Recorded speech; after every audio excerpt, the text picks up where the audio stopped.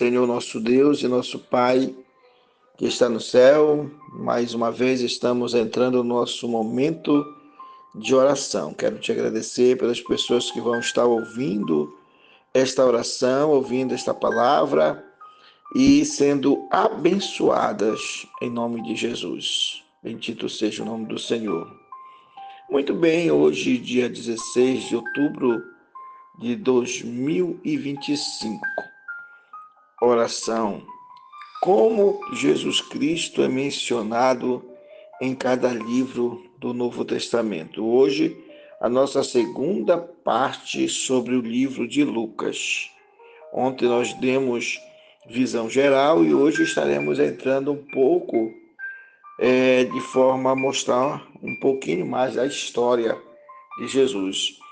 Você está acompanhando, quando demos Mateus, falamos de alguns aspectos sobre Jesus. Quando falamos de Marcos, a mesma coisa, de Lucas, e amanhã começaremos João. O Evangelho de Lucas situa a vida de Jesus como o centro da história da salvação, começando com seu nascimento, a visita dos pastores e dos anjos, bendito seja o nome do Senhor, e concluindo com a ascensão que abre o caminho para o envio dos discípulos ao mundo inteiro. O livro está repleto de expressões de alegria e louvor. Desde o nascimento até a ascensão, as pessoas são descritas como agradecidas pela intervenção de Jesus Cristo. E foi maravilhoso. A vida de Jesus marcou a história de Israel naqueles tempos, mudou a história do mundo. Jesus, ele é o centro realmente das atenções, ele é o centro da grande compaixão de Deus. Ele esteve com Deus no princípio e ele participou de toda a história da humanidade e agora, como Cristo enviado de Deus, como Filho de Deus, como homem e como Filho do homem, ele pôde entender o processo da luta contra o pecado. Porque quando Jesus se coloca, assume corpo humano, como Deus que era e Filho de Deus que era, ele passa a sentir na própria pele, no seu próprio corpo, o que é lutar contra o pecado. O poder da iniquidade, o poder do pecado dos homens recai sobre Jesus. Bendito seja o nome do Senhor. Nosso versículo de ouro diz assim, dizendo, convém que o Filho do Homem seja entregue nas mãos dos homens pecadores e seja crucificado e ao terceiro dia ressuscite. Ele lhes disse, honesto estado de coração para crer em tudo o que os profetas disseram. Porventura não convinha que o Cristo padecesse estas coisas e entrasse na sua glória? Vede as minhas mãos e os meus pés, que sou eu mesmo. Apalpai-me e vede, pois um espírito não tem carne, nem ossos, como vedes que eu tenho. E dizendo isto, mostrou-lhe as mãos e os pés. Nós começamos aqui com Jesus ressuscitado, em Lucas capítulo 24. Mas vamos comendo esse bolo maravilhoso do conhecimento de Deus pelas beiradas, né? Verdades inquestionáveis. Os evangelhos não são apenas uma biografia de Jesus, mas um testemunho inspirado pelo Espírito Santo para revelar sua identidade e missão. Cada evangelista escreveu para um público específico, enfatizando aspectos únicos. O Lucas começa com Jesus como filho do homem, escrito por ele mesmo, médico historiador, por volta de 60 a 70 depois de Cristo, interessado a Teófilo e aos gentios, destaca a humanidade e compaixão de Cristo, além de apresentar uma história detalhada, cronológica, daquele que veio buscar e salvar o que se havia perdido. No destaque, diz assim: E subiu também José da Galiléia, da cidade de Nazaré, a Judéia, a cidade de Davi, chamada Belém, porque era da casa e família de Davi, a fim de alistar-se com Maria, sua mulher, que estava grávida. E aconteceu que, estando eles ali, se cumpriram os dias em que Maria havia de dar à luz, e deu à luz a seu filho primogênito. Envolveu em panos e deitou e envolveu em panos e deitou numa manjedoura, porque não havia lugar para eles nas estalagens. Ora, havia naquela mesma comarca pastores que estavam no campo e guardavam durante as vigílias da noite o seu rebanho. E eis que o anjo do Senhor veio sobre eles, e a glória do Senhor os cercou de resplendor, e tiveram grande temor. E o anjo lhes disse: Não temas, ou não temais, porque eis que aqui vos trago nova de grande alegria, que será para todo o povo, pois na cidade de Davi vos nasceu hoje o Salvador, que é Cristo o Senhor. E isto vos será por sinal: achareis o menino envolto em panos e deitado numa manjedoura. E no mesmo instante apareceu com o anjo uma multidão do exército celestiais, louvando a Deus e dizendo: Glória a Deus nas alturas, paz na terra, boa vontade para com os homens.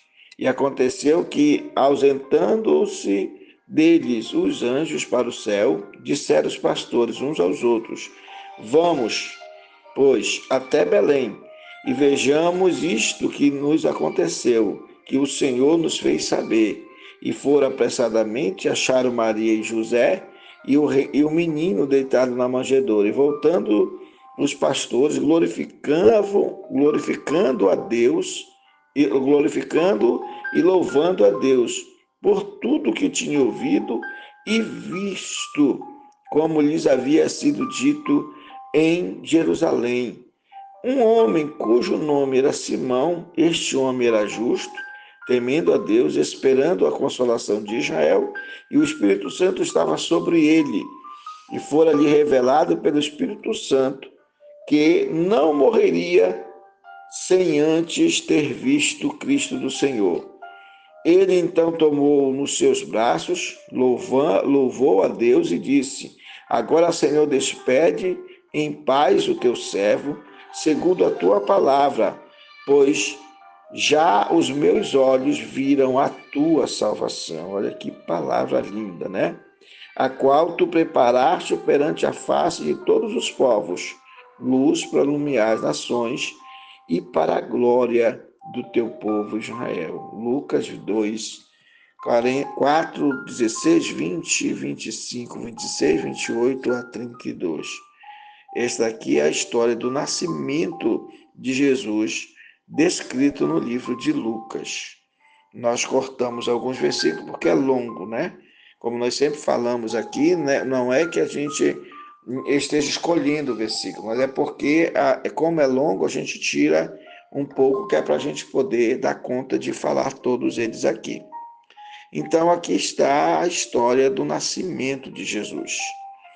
Na nossa leitura bíblica do assunto, diz assim: E seguia uma grande multidão de povo de mulheres, as quais batiam nos peitos e o lamentavam. Porém, Jesus, voltando-se para elas, disse: Filhas de Jerusalém, não choreis por mim, chorai antes por vós mesma e pelos vossos filhos.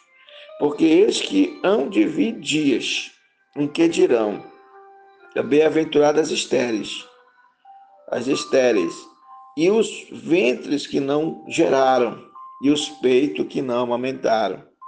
Então começarão a dizer aos montes: Cai sobre nós, e aos outeiros: cobri-nos. E quando chegam ao lugar da caveira, ali o crucificaram, e aos malfeitores, um à direita e outro à esquerda. Respondendo, porém, o outro repreendia, dizendo: Tu nem ainda temes a Deus, estando na mesma condenação? E nós, na verdade, com justiça, porque recebemos o que os nossos feitos mereciam. Mas este nenhum mal fez. E disse a Jesus: Senhor, lembra-te de mim quando entrares no teu reino. Disse-lhe Jesus: Em verdade te digo que estarás comigo hoje no paraíso. E era já quase a hora sexta, e houve trevas em toda a terra, até a hora nona, escurecendo-se o sol, rasgou o seu véu, ao meio o véu do templo, e clamando Jesus com grande voz, disse ao Pai: Nas tuas mãos entrego o meu espírito. E havendo dito isto, expirou. E o centurião, vendo o que tinha acontecido, deu glória a Deus, dizendo: Na verdade, este homem era justo. E toda a multidão que se ajuntara a este espetáculo, vendo o que havia acontecido, voltava batendo nos peitos. Bendito seja o nome do Senhor. Isso é em Lucas 23. Então, nós temos aqui os 3 pontos cruciais da vida de Jesus. Primeiro, nós temos o seu nascimento. Na primeira, nós temos a sua ressurreição, que eu não coloquei em ordem cronológica. Depois, nós temos o seu nascimento. Depois, nós temos a sua crucificação. Isso aqui é para a gente ter uma luz a respeito das coisas como aconteceram na vida de Jesus. No Evangelho de Lucas, Jesus é retratado como um homem perfeito e a salvação de Deus para todos, enfatizando sua compaixão, humanidade e a importância da missão para os judeus e gentios. O Evangelho detalha seu nascimento em Belém e a sua infância, incluindo a visita ao templo aos 12 anos.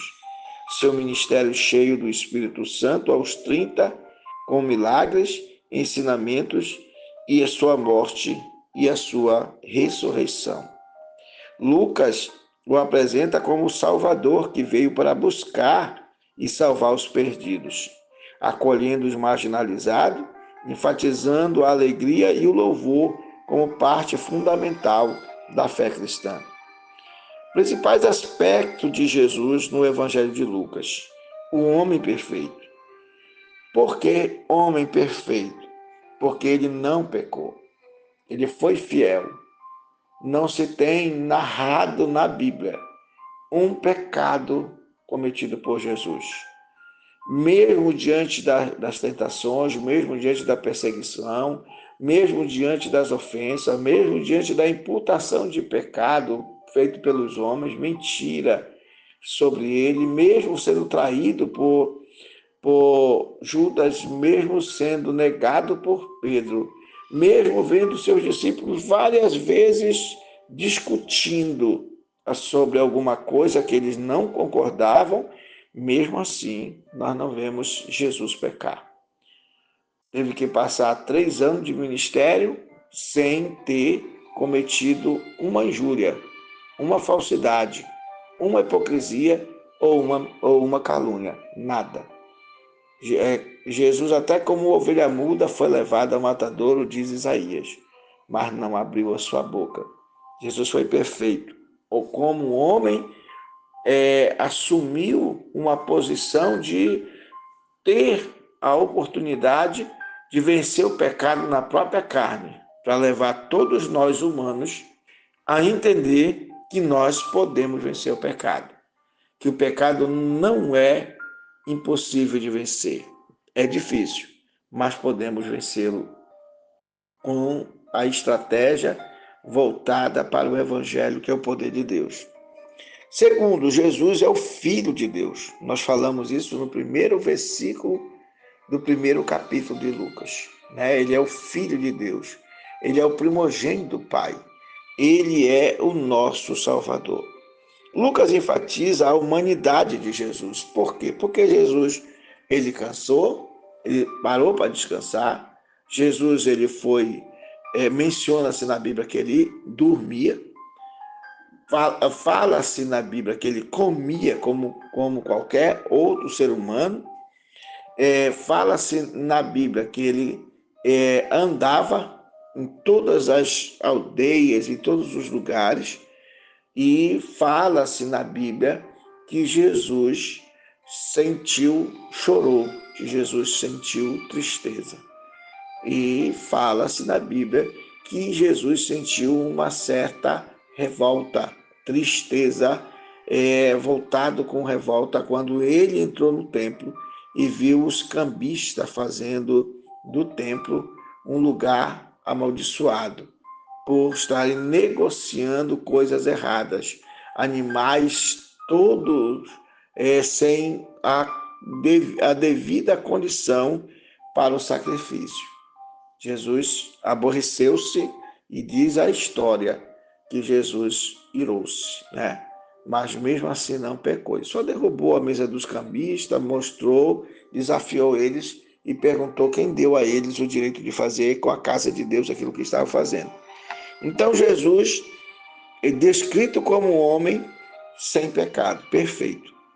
Mas também ressalta a sua divindade, como filho que tem uma relação especial com Deus, agindo inspirado pelo Espírito Santo. A primeira coisa que a gente encontra é quando Jesus desce na água batismal e o Espírito desce sobre ele em forma corpórea de uma pomba, e lá se ouve a voz: este é meu filho amado, em quem eu me comprazo. Também nós temos em Jesus o aspecto compassivo e misericordioso. Jesus, diferente de muitos mestres que existiram na terra, Jesus tratava todos com misericórdia. Jesus não tratava ninguém como o sábio, aquele que é o melhor, que não deixava conversar, que não entrava, não sentava, não. Ele sentava na mesa com os samaritanos, na mesa com os pecadores, com quem quer que seja. Jesus não tinha acepção de pessoa, então ele era compassivo e era misericordioso. Jesus é mostrado como extremamente compassivo, curando doenças, acolhendo samaritanos e mulheres, demonstrando um amor incondicional por todos, especialmente pelos marginalizados. Jesus nunca foi de se afastar. Mesmo no seu último dia de vida, colocaram ele entre dois marginais. E Jesus ouviu o relato de uma forma muito feia, vergonhosa, acusando Jesus de coisas, e o outro pedindo para Jesus que lembrasse dele. Quando fosse no seu reino, Jesus disse: hoje mesmo estarás comigo no paraíso.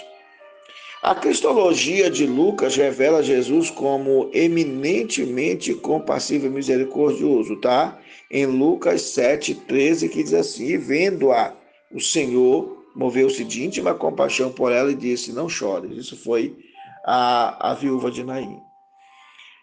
Mas também mais um samaritano que ia de viagem chegou ao pé dele e vendo, moveu-se de íntima compaixão. Lucas capítulo 10, verso 33. A prova de que Jesus não fazia acepção. Os samaritanos não falavam com os judeus, os samaritanos não eram considerados judeus, porque houve briga entre os samaritanos no período em que quando eles voltam do cativeiro, e os samaritanos, eles tentam de alguma forma impedir que Israel construísse o templo. Houve uma demanda muito forte para não construir os muros da cidade primeiro, né? Não foi o templo, foi o muro da cidade. E isso foi muito forte, a briga, mas tanto Esdras como Neemias se portaram muito bem e Deus abençoou e eles conseguiram passar esse período. Mas Jesus mostrou que ele amava também os samaritanos. Aliás, ele amava a todos. E levantando-se foi para o seu pai, e quando ainda estava longe, viu o pai e moveu-se de íntima compaixão. Correndo, lançou-lhe ao pescoço e o beijou. E o filho lhe disse: pai, pequei contra o céu e perante ti, já não sou digno de ser chamado teu filho. É a parábola do filho pródigo, e mostra aqui que na parábola o pai que está à espera do filho se enche de compaixão, porque a compaixão é você olhar para o outro, ver o estado de espírito e de alma da vida emocional fracassada, como ovelha sem pastor, e acolher aquela pessoa. E Jesus, ele é daquele que mostra na parábola que ele acolhe o pecador que se arrepende. Muito bem, ele também é salvador de todos. Lucas capítulo 2, verso 32 diz: luz para iluminar as nações e para a glória do teu povo Israel. Bendito seja Deus. Aquele que sarava todas as doenças emocionais. Aqui nós temos, e quando Jesus chegou àquele lugar, olhando para cima, viu e disse: Zaqueu, desce depressa, porque hoje me convém pousar em sua casa. É Lucas capítulo 19, verso 5. Zaqueu, de pequena estatura, desejava muito falar com Jesus, não daria conta de chegar a Jesus por causa da multidão. Sobe, eu não, sobe numa figueira brava, né? Cheio de espinho, mas ele sobe Jesus, vendo a necessidade, a ansiedade de Zaqueu, não só chama ele, mas também passa um dia na casa de Zaqueu, e Zaqueu se arrepende de todo o mal que havia cometido e fala para Jesus que ele, se ele tinha roubado, ele ia devolver quadruplicadamente. Chegando-se a ele todos os publicanos e pecadores para o ouvir, e os fariseus e os escribas murmuravam, dizendo: este recebe pecadores e come com eles. Lucas capítulo 15, verso 1 e 12. Aqui está a prova que Jesus ele tinha compromisso de anunciar o seu evangelho a publicanos, pecadores, fariseus, escribas, não importava quem fosse. Ele foi à beira de um poço falar para uma mulher que, se fosse no nosso tempo, houve um tempo, né, em que a mulher que não tinha marido ou que era amanteada de um homem, ela não tinha nem o direito de pegar água no poço nos horários das outras. E essa mulher ouviu de Jesus. Essa mulher ouviu a palavra de Jesus. E é também nesse versículo, nesse coisa, no capítulo 4, não de Lucas, mas se eu não me engano de João, que prova que as pessoas hoje estão muito querendo dizer que casamento basta dois resolverem ficar junto e já estão casados. Jesus chama aquela mulher e diz: chama teu marido. E ela disse: eu não tenho marido. Disseste bem, porque o que tu tens não é teu. Quanto o fato de duas pessoas, mesmo de sexo oposto, estarem juntas, não significa estarem casadas. Ah, mas o cartório só foi colocado agora no tempo passado. Não importa. Se uma pessoa para casar naquela época, ela tinha que ter o noivado, ela tinha que ter o momento de casar diante da família.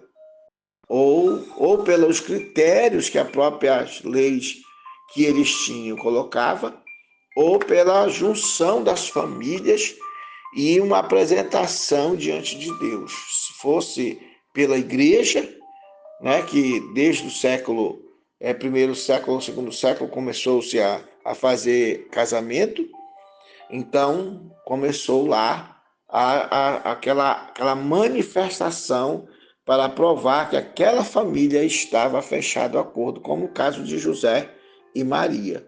José já noivo de Maria, mas ainda estava construindo a casa, então não podia levar a mulher ainda, porque não tinha onde morar.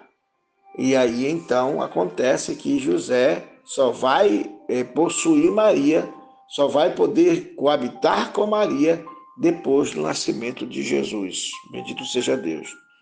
Então Jesus é acolhedor dos samaritanos.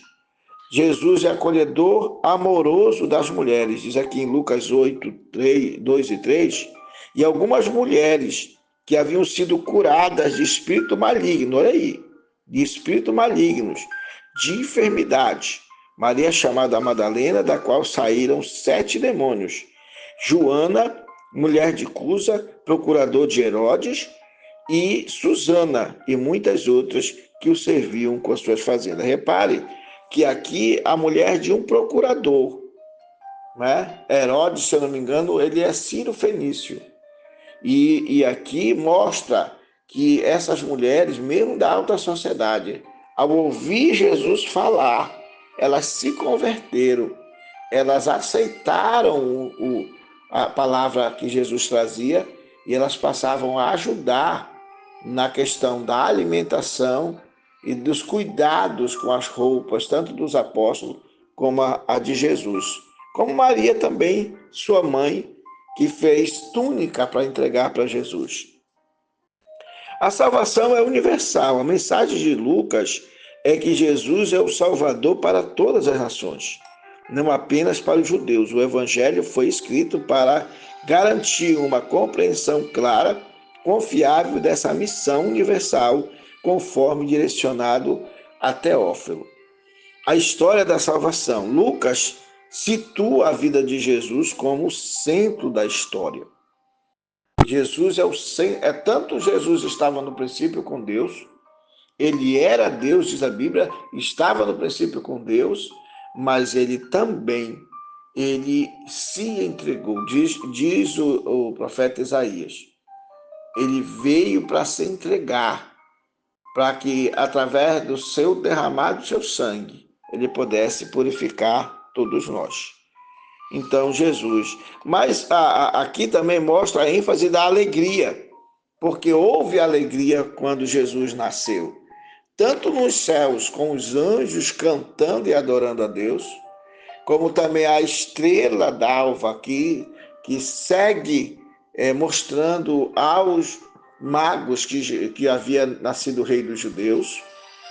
Isso eles vão encontrar esse conhecimento estudando os profetas, tanto com o nascimento de João, né? Diz que Isabel teve gerou, sendo estéril, Deus abençoou e ela gerou. E como também com o nascimento de Jesus, quando eles, os pastores, vão lá e veem Maria colocando o menino na manjedoura. Então houve uma alegria muito grande porque nasceu o Salvador, que é Cristo, o Senhor. Jesus também tinha poder e autoridade. Jesus age com autoridade, realiza muitos milagres e ensina com poder. Por quê? Porque as pessoas até muitas das vezes diziam que quem é este? Não é filho de um carpinteiro? Por que vemos ele falar com tanta autoridade? Porque Jesus, apesar de ser filho de carpinteiro, mas Jesus, ele era principalmente filho de Deus. Filho de carpinteiro porque todos conheciam que, apesar de Jesus ter sido gerado pelo Espírito Santo, mas ele teve que ser acolhido por um pai material. E José foi esse pai que cuidou de Jesus até a sua idade, uma certa idade, até a morte, que José morreu, segundo a história, José morreu nas pedreiras, quebrando pedra para fazer as estradas daquela época. Os romanos, padeceu muito, passou fome e acabou morrendo. E Jesus teve que assumir a carpintaria de seu pai para cuidar dos seus irmãos, porque ele era o primogênito, ele era o mais velho. Ele tinha a obrigação de cuidar dos mais novos. E ele fez isso com muita galhardia. Mas apesar de ser um carpinteiro, Jesus, ele mostra, como diz lá Isaías, que o trabalho das suas próprias mãos, né? Ele viria e ficaria satisfeito, tanto materialmente com o fato dele ter que arrecadar dracmas para cuidar da sua família, como também para começar o seu ministério, ele precisava ter autoridade, como um ser humano digno, honrado, trabalhador, fiel, não desonesto. Veja que Jesus foi tão fiel que não tem uma narrativa dizendo que Jesus havia pecado durante o período que ele trabalhou na carpintaria e teve que negociar. Ele teve que receber pelas suas obras para poder sustentar a família. Então Jesus agia com autoridade, mesmo humanamente como espiritualmente, como filho de Deus. Jesus age com autoridade, realiza muitos milagres, ensina com poder, mas também se submete à vontade de Deus, como demonstrando o seu sofrimento e agonia no Getsêmani. Quando Jesus assume a iniquidade de todos nós, quando ele passa a sofrer os nossos pecados, quando ele é levado para ser chicoteado pelos malfeitores, quando Jesus recebe a coroa de espinho e as canadas que davam, batiam em cima da cabeça dele, para aquela coroa entrar e ferir o seu crânio, tanto no seu córtex traseiro como na sua parte frontal. E Jesus derramou seu sangue inocente, para que através do sangue derramado ele pudesse nos purificar de todo pecado. Então Jesus, ele é para nós essa alegria da salvação. Ele é para nós o nosso resgatador. Ele é para nós aquele que nos liberta de todo pecado, que é a maior felicidade do homem, é essa de ser libertado dos pecados e ser servo de Deus. Então, a missão de Jesus, ele comissiona seus discípulos a espalhar a sua mensagem do reino para todas as nações, consolidando o cristianismo como uma religião, como falo por aí, ou filosofia, mas para nós, o cristianismo, ele tem como base o evangelho de Jesus Cristo e não uma religião. Nós não vivemos a fé na religião. A religião, para nós, também não é o ópio do povo. Para nós, a religião é apenas um instrumento humano, onde se forma, coloca-se templo, coloca-se lugar para as pessoas se juntarem, todas as pessoas que creem em Jesus se juntarem e adorarem, mas ele, acima de tudo, o cristianismo é um movimento vivo, de pessoas vivas, da igreja de Jesus Cristo. Quando ele diz,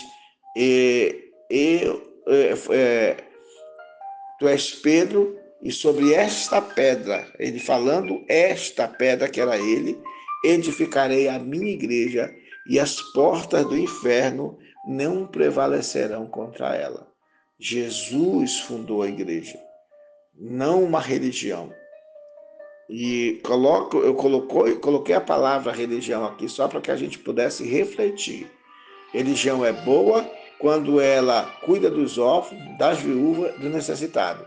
Mas quando ela só arrecada para encher bolso de malandro, para encher carteira de malandro, ou para colocar fazendas e negócios na mão de determinados pseudos homens de Deus, para mim, ela falhou, porque não sou contra uma pessoa, não sou contra ninguém dar seus dízimos, dar suas ofertas, contribuir com a obra de Deus, segundo a sua prosperidade, como Paulo ensinou, mas sou contra quando esse dinheiro não tem a finalidade de tanto cuidar do obreiro, como cuidar das pessoas doentes, cuidar das viúvas, cuidar dos necessitados, cuidar dos aflitos. Aí, se não houver, está perdido. Oremos ao Senhor. Senhor, mais uma vez estamos diante de Ti, e para nós é motivo de alegria, Senhor, de paz. Nos sentimos bem quando oramos diante de Ti. Sentimos que a Tua mão se faz sobre nós. Como diz a Tua palavra, batei e abri-se-vos-á, buscai e encontrarei. Porque quem bate se abre e quem busca recebe. Quem pede recebe. Então é o próprio Evangelho de Lucas que nos fala desta forma. Então eu estou satisfeito, Senhor, sabendo que quando eu estou orando, eu não estou orando falando ao vento. Eu não estou orando, Senhor, para trazer qualquer dificuldade à sua pessoa, sendo mais um tagarela diante de Ti. Eu estou orando porque creio na Tua palavra. O próprio Senhor Jesus manda que a gente busque a Tua face e busque a Tua presença, viva o Pai Nosso como uma forma de vida e não apenas como uma forma de expressão, porque nós precisamos perdoar para sermos perdoados, nós precisamos do pão de cada dia para que a gente possa sustentar nossos familiares. Para isso precisa de portas abertas, de emprego, de prosperidade para os que estão na lavoura, de possibilidades para quem depende dos rios e das matas para poder ter a sobrevivência dos seus filhos, dos seus familiares, também daqueles que usam, Senhor, da mata de alguma forma para adquirir os seus recursos para o sustento da sua família, daqueles que usam da pedreira, da mina, para poder alcançar o seu desejo de futuro, meu Pai. Então eu quero te agradecer por tudo, Senhor, por aqueles que estão empregados, por aqueles que estão desempregados, para que o Senhor abra novas portas de emprego, para que os homens possam ajudar e o governo, Senhor, de alguma forma, tire o peso dos impostos sobre a vida dos empresários e até mesmo sobre a vida do homem cotidiano, para que ele possa, Senhor, ter alguma certa condição de sustento melhor para a sua família. Quero te pedir, Pai, em nome de Jesus, que o Senhor possa adentrar no lar de cada amigo meu, de cada filho, filha, de cada irmão, irmã, primo, sobrinho, de cada um dos meus tios irmãos, daquele que tem pai, daquele que tem mãe, daquele que está doente, daquele que está aflito, daquele que está hospitalizado, daquele que está, Senhor, talvez numa terra longínqua, sem recursos, em condições de chegar a um hospital, devido à distância, devido à dificuldade. E muitas vezes a família só está vigiando para morrer, mas o Senhor é o grande médico dos médicos. E não só cura as doenças emocionais, das tristezas, dos aborrecimentos, da força do pecado, mas o Senhor também cura o corpo do homem. O Senhor curou o cego, o Senhor curou a mulher de fluxo de sangue, o Senhor curou o filho do rego, o Senhor curou as pessoas que vinham a ti e tocavam na orla do teu vestido, porque o Senhor é aquele que sara. O Senhor é o nosso grande Deus que se preocupa com a nossa vida. Então eu só tenho a te agradecer, como também pela sua autoridade, expulsando os demônios como teu filho fez, libertando as pessoas, libertando aquele menino que uma hora o adversário jogava ele no fogo e na água para o matar. E aquele pai foi desesperado aos teus discípulos e não puderam fazer nada. Mas quando ele chegou diante do teu filho amado, o teu filho repreendeu o espírito imundo e aquela criança ficou curada. Também, Senhor, quando o Senhor abençoou, expulsando o demônio da vida do gadareno, daquele homem que vivia, que não podia as cadeias suportar, quebrava até corrente. Mas o Senhor entrou naquela cidade de Gadara e mudou a história da vida daquele homem e da sua família. Porque o Senhor Jesus, para nós, meu Pai, é o nosso médico por excelência, mas é também aquele que nos liberta de toda a fúria do poder de Satanás. Quem não acredita, Senhor, não posso fazer nada, mas eu acredito no Senhor que é libertador. Eu acredito no Senhor que é sarador. Eu acredito no Senhor que é salvador. Eu acredito no Senhor que é ungido de Deus. Então, Pai Celestial, eu acredito no teu Filho. Acredito no que o Senhor, através do teu Filho, fez pela humanidade. E entrego a minha vida diante de ti, a vida dos meus amigos, dos meus irmãos, de todos estes, Senhor, que onde chega esta oração, que eles possam ser abençoados, tocados, restaurar a sua família, aberto portas de soluções para a sua vida, prosperidade. Mas também eu te peço, Senhor, por aqueles que estão aflitos, carentes, que o Senhor possa socorrê-los. Eu te peço, Senhor, por esse trabalho que a gente faz aqui no Casecai, para que o Senhor abençoe, levante novos missionários, levante pessoas que possam nos ajudar, meu Pai, a fazer o que é justo, meu Pai. Essa semana tem 2 eventos, um no sábado e outro na segunda-feira, e eu já conto com a sua presença, com a sua compaixão, já conto, Senhor, com os amigos que possam nos ajudar a fazer o que é justo diante de Ti, porque nós não temos de onde, Pai, financeiramente, só através dos amigos e dos irmãos. Também quero te agradecer por cada vida, pelo nosso Brasil, para que o Senhor salve o nosso país, para que o Senhor liberte a nossa nação, para que o Senhor salve o nosso país da mão dos corruptos, da mão dos enganadores, dos juízes, Senhor, que não se portam com dignidade diante das leis, mas burlam as leis para alcançar seus objetivos nefastos. Ao Ministério da Justiça e a todos os outros ministérios, eu te peço também pelo presidente da República, para que este, segundo a tua compaixão e bondade, possa entender qual é o seu lugar como líder do povo e não, Senhor, só pensar em si ou naqueles que fazem parte do seu bloco ou do seu partido, mas que ele veja o povo brasileiro como um povo que precisa de uma liderança viva e eficaz, Senhor. Te peço também em prol, Senhor, de todas as pessoas que estão nos hospitais, de todas as pessoas que estão necessitadas e aflitas, desempregadas. Te peço, Senhor, em favor de todo o meu país, de todos os estados, do meu estado do Pará, do meu município de Belém. E também te peço, Senhor, no meu mosqueiro, que estou aqui, nesta Vila do Mosqueiro, e também orando, Senhor, em prol de todos do meu bairro, Senhor. Que o Senhor possa agir poderosamente e milagres venham acontecer. Abençoa onde está chegando esta oração, seja através do áudio, seja através do vídeo no YouTube, que essas pessoas ouçam, sintam a tua paz, sintam a tua graça, sintam a tua bênção e sejam abençoados. É o desejo do meu coração, Pai. Em nome de Jesus, o nosso grande Salvador. Bendito é o Senhor.